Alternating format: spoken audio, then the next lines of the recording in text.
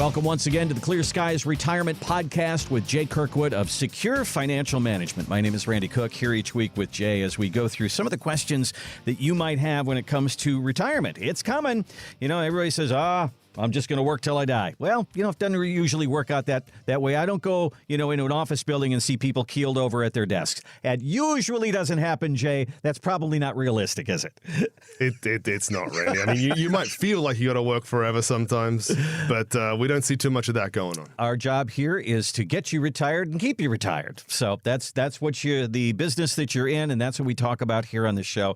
And we're going to talk through some of that today. And I think people fall into these categories. You either have a financial advisor or you don't. Okay? You're either getting help some way or you haven't. And you wonder, who should I have, or should I have somebody getting me some help for retirement? And I was looking at some videos the other day, and up on my video feed popped an old Seinfeld drop, and this is from George. It's signals, Jerry, it's signals, don't you? George was telling Jerry that he wasn't picking up on the signals that his girlfriend was sending him. But what are the signals, Jay, that we need a financial advisor? Is it we get to a certain point in our wealth that we've achieved $1 million, or I'm 62 years old, I guess I should have a financial advisor? Or what are the signals that people should be listening to? It's a good question, Randy. And side note, could you imagine George as a financial planner? Wouldn't that be awesome? One of the most iconic characters. Just fantastic. You're a Seinfeld that could have been a whole season right there. Yeah, exactly. Right? The show about nothing. Absolutely. But on your point, getting back to your point, there's not a set age, right? There's not a set event, right? But if you have wealth accumulated and you don't know the role that it is playing currently in your life, or how you are going to implement it in the future to make your plans become a reality, you probably should be looking for some help. Okay. So you're a pilot. There's a thing called Autopilot. And I think that most of us throughout most of our lives are on autopilot when it comes to our finances. We just keep pounding money into a 401k or an IRA, or you see interest rates go up and you say, well, we smart, I'll get a CD. And you do these things, but you're not using them yet. And all of a sudden, now it's time to use them, and I have no idea how to do that, and now I think I need help. The other thing I think about is, you get in your 60s and your 401k, it can get up there, All of a sudden, it's $700,000, it's $900,000, and you go, that's a lot of money. I don't want it to go backwards. I think that's a sign. So I call some of those people accidental millionaires. Okay. Right? And we see them in our office all the time. And it's not that they haven't sacrificed or they haven't tried, but they have gotten to that wealth just by being on autopilot, like you said. Okay. Hey, I started at this company 40 years ago, and 401ks weren't even around then, actually. Right. But as soon as a 401k came in and my employer was going to match 6%, or some of them match 8% now that we see, right? Yeah, I'll put my money in there. Like, they made good decisions. Right. Like, it was smart to do that. And most 401ks don't have that many investment options anyway. So, well, I'll kind of just spread a little bit out all over here, and the markets have been good the last 20 years or so, and they're accidental millionaires, right? They've been on autopilot. Those people are not going to be accidental retirement success stories. Right. Though, okay? Because we've talked about this before, right? We've talked about the movement from work life into retirement life, and how everything is changing.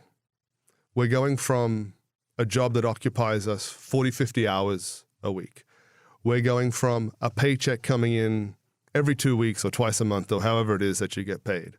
We're going to accumulating and saving in our 401k or our 403b or whatever work plan it is that you have.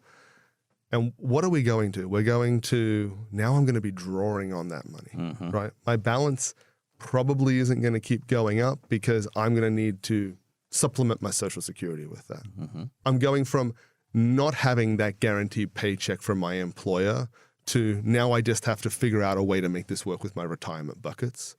And we're going from 40, 50 of your waking hours a week being occupied from work to not being occupied. And you have that as free time now, right? So the chances of you accidentally getting to be a millionaire. It happens. It happens all the time. And it doesn't mean that people haven't done the right thing. It doesn't mean they haven't sacrificed. Yeah, they absolutely have. But that environment that they were in certainly facilitated that wealth being accumulated. The drawdown in a deliberate, successful manner will not happen accidentally in retirement. So you get paid every 2 weeks. You build your life on that paycheck. You know exactly what you can do and you can't do. And you're just peeling money off the top. I need to pay this bill. I need to go do this. I'm going to go play golf. I'm going to do this. But when you're in retirement, peeling money off the top and saying, I've got that $900,000 401k and just taking money as you need it, that probably won't work, will it? It'll work for a little while. Until it's not there It'll work anymore. for a little while. Yeah, it'll work for a little while. Okay. It's probably not going to get you to your retirement goals the way that you want to get there with the stability and success that you want to, that you accumulated that wealth with. Let's put it that way. And when we talk about autopilot, you referenced autopilot. This is what most people don't realize about autopilot, okay? So this is the way the autopilots really work, is that we're on the ground and we get a clearance from ATC, air traffic control. And they give you your tail number and they say, okay, you're cleared to, I'm coming to Atlanta from San Antonio. Okay. You're cleared to Atlanta Airport via, and they give me waypoints or airways along the way, and they say, this is the route you're going to leave, okay? This is your altitude, et cetera, et cetera. So that gets programmed into the autopilot. I have never in my life been on a flight where that clearance that they give me, that route that they give me, has not changed along the way. Okay. Okay? Because what's happening is this controller in San Antonio is like, yeah, whatever, this guy can go to Atlanta and I'll just shoot him up through here. Until you get into somebody else's airspace and they're just like, nah, that's not going to work for me because I've got some traffic coming into the direction and we need to update your plan. Your flight plan needs to be updated.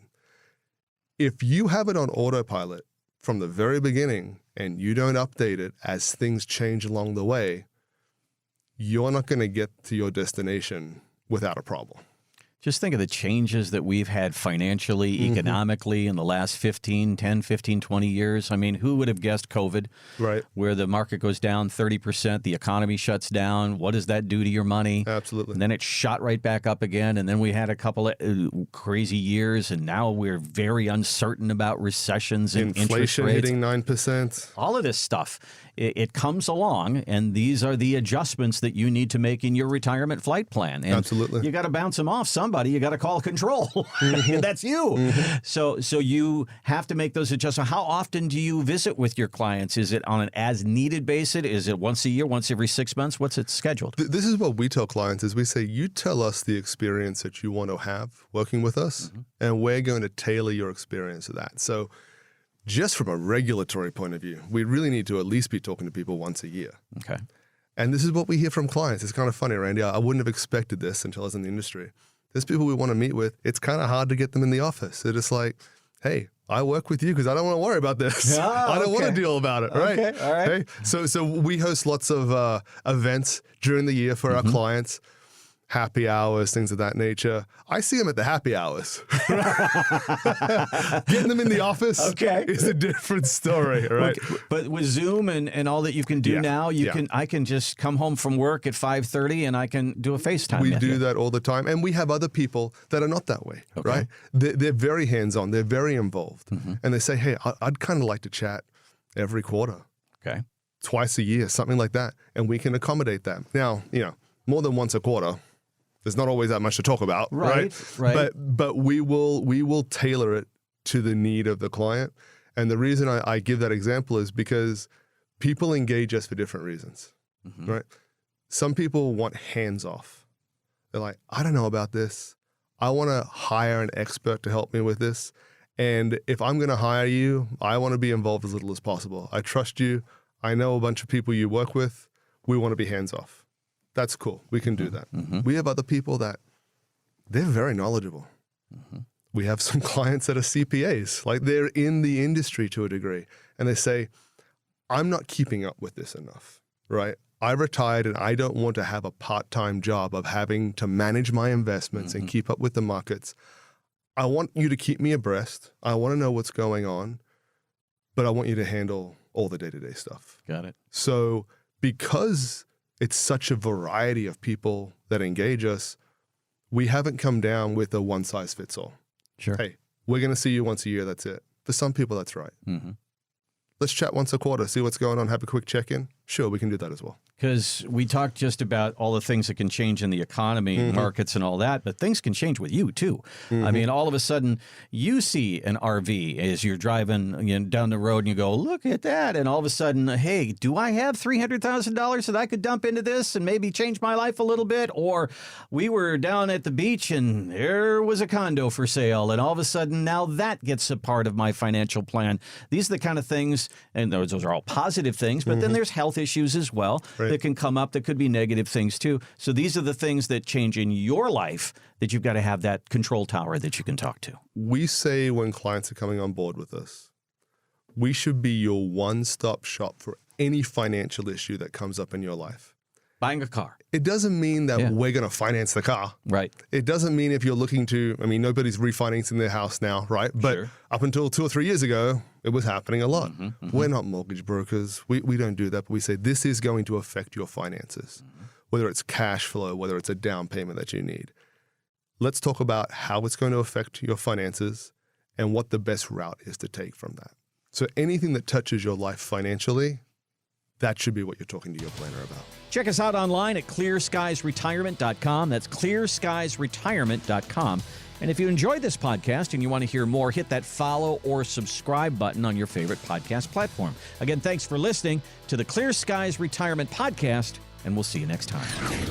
Investment advisory services offered through investment advisory representatives at Secure Financial Management, a registered investment advisor. Exposure to ideas and financial vehicles discussed are not designed nor intended to be applicable to any person's individual circumstances. It should not be considered as investment advice, nor does it constitute a recommendation that anyone engage in or refrain from a particular course of action. Past performance is not a guarantee of future results. Investments can fluctuate, and when redeemed may be worth more or less than when originally invested. Financial professionals are not licensed in all 50 states. To find out if Secure Financial Management is licensed in your state, please contact their office. Secure Financial Management is not affiliated with nor endorsed by the Social Security Administration or any other government agency. Annuity guarantees rely solely on the financial strength and claims paying ability of the issuing insurance company. By contacting us, you may be provided with information about insurance and annuity products offered through Wholesalers Insurance. Jamin J. Kirkwood, Texas Insurance License number 1421850.